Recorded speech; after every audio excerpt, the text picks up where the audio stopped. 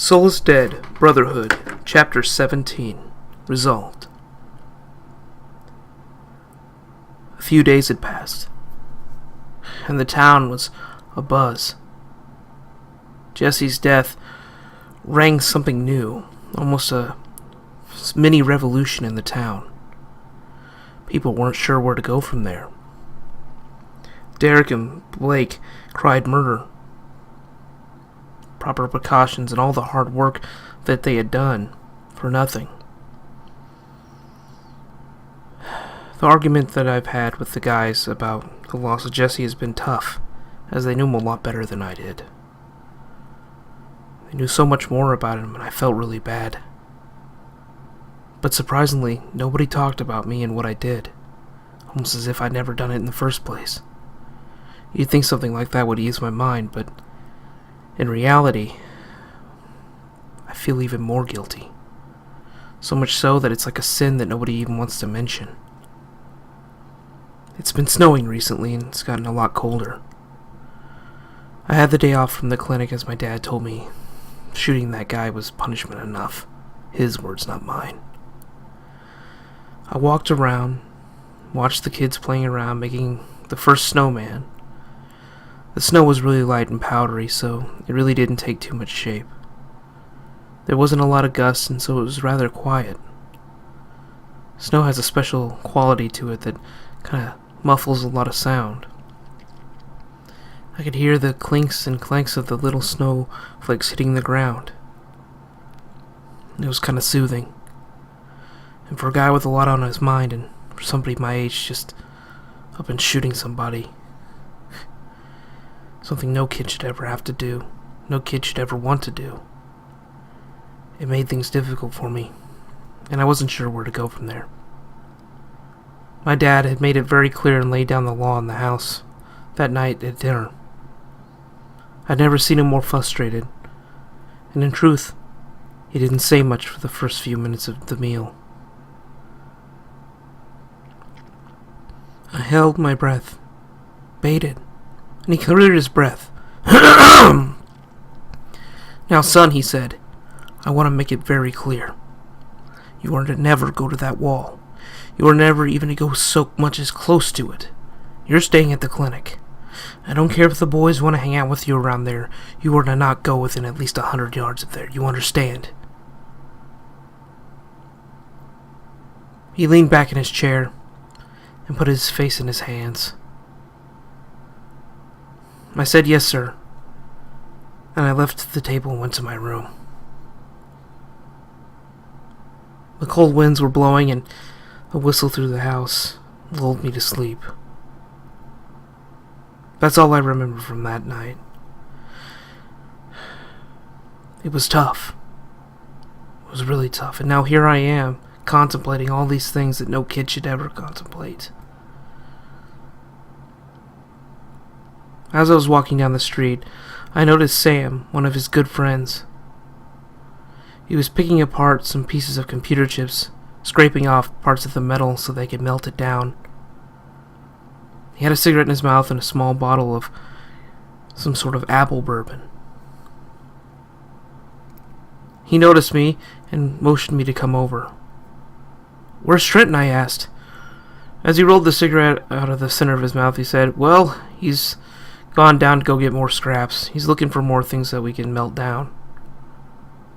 I squatted down and grabbed into the pile of computer parts and asked him what he was doing. "Well, we were going to make a radio, but we kind of lost motivation on that. Now we're just scraping down the metal to give to the blacksmiths. God knows they could probably use a little more bullets or at least something. We're trying to make our time useful. We're thinking about leaving." "Well, how could you do that?" He sighed. "Sit down, kid." He grabbed one of the lawn chairs. Luckily, the snow wasn't getting to us as there was a small pop-up sectional tent. It was nailed to the ground, and the area they were sitting in was pretty dry. There wasn't a lot of wind, so it was actually pretty comfortable, and he had a small fire and a coffee can going, just enough to keep some heat going. He situated the cigarette in his mouth, moving it around. I could tell that he was disturbed. Something was bothering him. And I'm pretty sure it had something to do with me. I mean, anybody who loses a best friend and then you have to sit across from the murderer, it's gotta be tough. I can't imagine. Sam, I broke the silence. You know I didn't. Don't worry about it, Sam interrupted.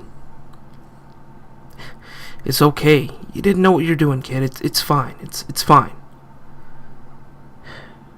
There wasn't much else you could have done. You were getting shot at. I could tell as his eyes darted around, he was looking for the right answer and the right words to say. Almost as if he didn't really mean it or know what to say. He chuckled a little bit and pulled his cigarette out of his mouth. Took a sip of the bourbon. He winced as it burned. Ah, that's good stuff. I gotta tell you, I used to watch videos on the internet of a guy going into the court and seeing the killer and just jumping right over those tables. Crying havoc and letting loose the dogs of war. I was a little taken back. I kind of grabbed the sides of the chair. Don't worry, kid, you're alright. He stared down into the snow that was already on the ground. Kicked it around a little bit. He just didn't know. He took a deep breath and continued to scrape on stuff as he situated the cigarette back into his mouth. He would puff between it and scrape a little bit, and it was quiet, really awkward. I played with my hands and he could tell I was nervous as he'd catch a glance once in a while. You look tense, kid. Want a glass of bourbon? A cigarette? I laughed a little bit. No, I couldn't. I mean, it's illegal. He leaned back and laughed and dropped his cigarette. His large belly jiggled in laughter. You gotta be joking me, kid. It's the end of the world? I mean, this place is about as lawless as it gets. It's even worse than the cowboy days around here. Come on. You can't be too worried about it. It's not illegal. Well, I interrupted. It's in my house it is. My dad would lose his mind. Oh, that's right, you're the doctor's son. Well, I guess I shouldn't offer you anything. I kind of smirked and said under my breath, well, maybe I'd try a little of the bourbon. He said, do what now? Come again? He got really close to me. What was that? Does the rebel want a little bit of bourbon? I kind of blushed. I was a little embarrassed. Yeah, I think I do. I've never had it before. Well, he said as he leaned back, pouring me a small glass. This'll put lead in your pencil, kid. Go ahead and give it a try. As I picked it up, the sweet aroma of apples and a smoky flavor rose through my nose. This smells really good, almost like apple pie. Well, kid, this is your daddy's apple pie. I sort of laughed. My dad really doesn't drink. My mom doesn't believe in it. Well, don't worry about that, Sam replied. I took a sip, and I winced immediately. I clearly wasn't used to the burn of alcohol. I was a little taken back. He laughed as he was scraping off more of the metal. Alright, give me that, kid. He took it and finished up the glass. Again, his face puckered from the burn. He took a deep breath, and I looked up at him and said, Hey, Sam, I really am sorry. He stopped, laid the computer apart and his small little scraper on the ground. He sat back in the chair and said, Alright, kid, cut the pillow talk. Let's get to the real nitty-gritty. Why are you still sitting here? You could have said hey and how you doing. Could have walked off. I didn't keep you here, so why are you here? Why do you feel obligated to sit here? I began to sweat. I wasn't so sure what to say to him. What do you say to a friend that just lost a friend and you're the reason why it happened? I blurted out the words I could think of immediately. Sam, I didn't know what I was doing. I didn't mean to. He grabbed another cigarette out of his box. He hesitated at first. Clearly there wasn't a lot of cigarettes around anymore. Screw it, he said. He lit it and took a deep drag. Look, kid, what happened happened. As much as it sucks, and I really don't like it, I'm a little angry, but there's nothing I can do about it. There's not anything me or Trent or Blake or Derek can do. Hell, I don't even really know those guys. I just got back and we talked. There's a lot of movement in the town. I was at the last meeting last night, and I overheard quite a bit. To be honest, between you and me, I've been a little nosy. I took some notes, though. This town's going through some serious turmoil.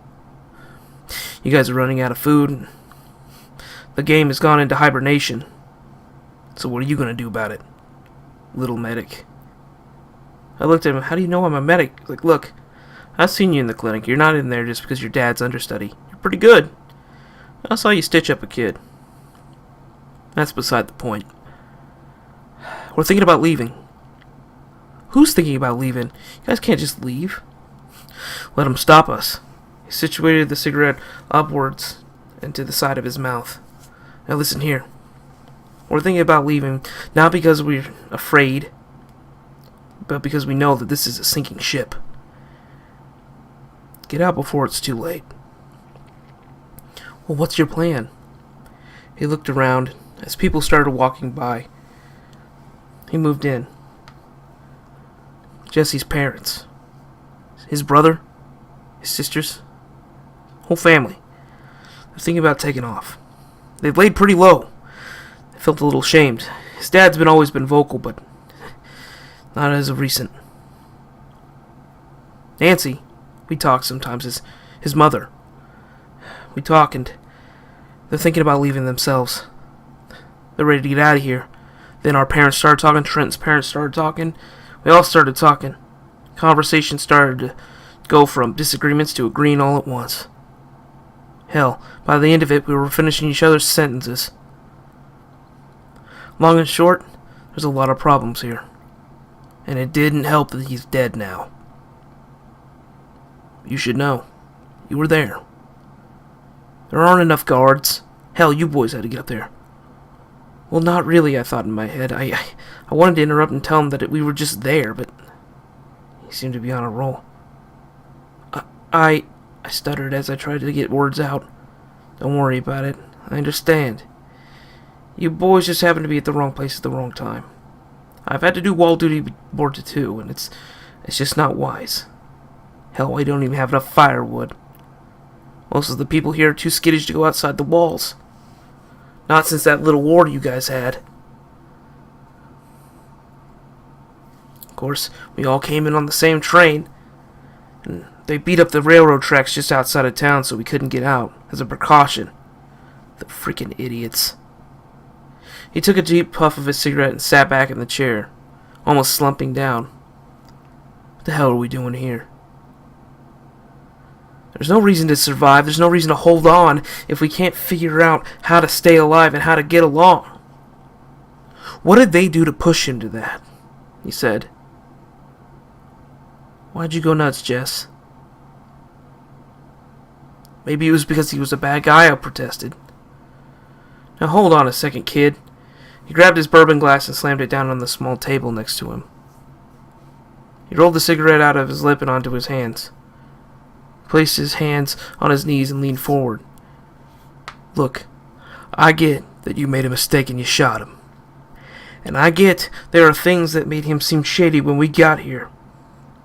But I've known this guy for a long time, and I know for a fact, Trent knows for a fact, Derek and Blake, they know for a fact, his family knows for a fact.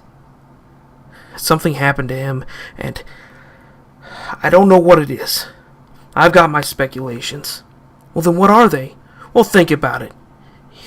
I heard the stories a little later. The legends. The infamy. Made the guy out to be a freaking Taliban at this point. I heard the stories about how he slaughtered that guy. Cut his damn scalp off. Had to pull him out and take him out of there. I've heard about the kills he racked up, and I hear about how he went nuts on the battlefield. But frankly, they put too much investment in him. What do you mean? I leaned forward. Well, think about it, kid. It doesn't take too much math to realize that somebody who's never even been to war. I mean, yeah, he's told stories about he's seen people get killed and get shot. It's one thing to say that, it's a whole other thing to actually do the deed. Killing zombies is easy. All you gotta do is shove a knife through the back of their head and they're gone. Me and Trent have done it dozens of times. Hell, I know you kids have done it, through the fence. But shooting a man that's ready to kill you is a whole different thing. It takes something special to get rid of that hesitation, kid. And you come out one of two ways. A bloodthirsty dog, or a broken man, or woman for that matter. I don't know what happened to him, he continued. Those words resonated through me like a tuning fork. So, kid, he leaned forward. He looked me right in the eye. You got your first kill. Sure, you didn't mean to. Maybe you thought you should click him in the leg, or maybe you just pop him in the head and you slam your head back down behind those sandbags and hope you didn't see his eyes. But you did it, and you did the deed. I ain't mad at you for it. You didn't know. But at the end of the day, it's what defines you afterwards. It's not about what's going on right then. It's not about what's going on now. It's about what happens to you later. Hell, if that wasn't the case, you wouldn't hear about all these PTSD crimes by crazy guys that came back from war. God rest them. This world is run by criminals now. This world has no police. This world has nothing like that. There is no government to look to. There is no constitution to look to. There is no great leader. There's just human beings, some of them a little bigger and badder, some of them have a little bit bigger of a stick than the other one. This is the Wild West, kid, and there ain't no old rules. There isn't no Call of Duty respawns. There's nothing like that. I can stake my life on that for sure. The only truth you have to worry about is the fact that you stay who you are. And if who you are was a piece of shit before, let you die like a dog, like a piece of shit. I was taken back by his words. Was I a monster? Was I a dog? He took a deep drag of the cigarette, and as he stood up and started to walk away, he looked back. You're not no dog. You're just a kid. And don't you let these words worry you. Because once they start to, that's just something in your head telling you maybe you should worry about it. And if something that somebody says bothers you, maybe you gotta fix something. But get it fixed before it's too late, you understand? You do right to remember that. When are you leaving? I asked him. Hell, I don't know. A few days from now, a week from now. Maybe we'll just lose the motivation. It's getting damn cold around here. Kid, I'm sorry you had to do that. I'm sorry you were there. Probably just should have said that and sent you on your way. I don't know if I can trust you with those words. Oh, of course you could, I interrupted. You can trust me, I won't say anything. Your words are so reassuring, he said sarcastically. Damn. He stepped outside the tent. He laughed a little bit. Damn. What's wrong? I asked him. He looked straight up at the sky and held out the lit cigarette. It was already down to the butt and the embers were going out. He let out the rest of the smoke from his lungs and looked back at me and said, I'm all out of cigarettes. Well, at least I don't have to worry about quitting. Problem resolved.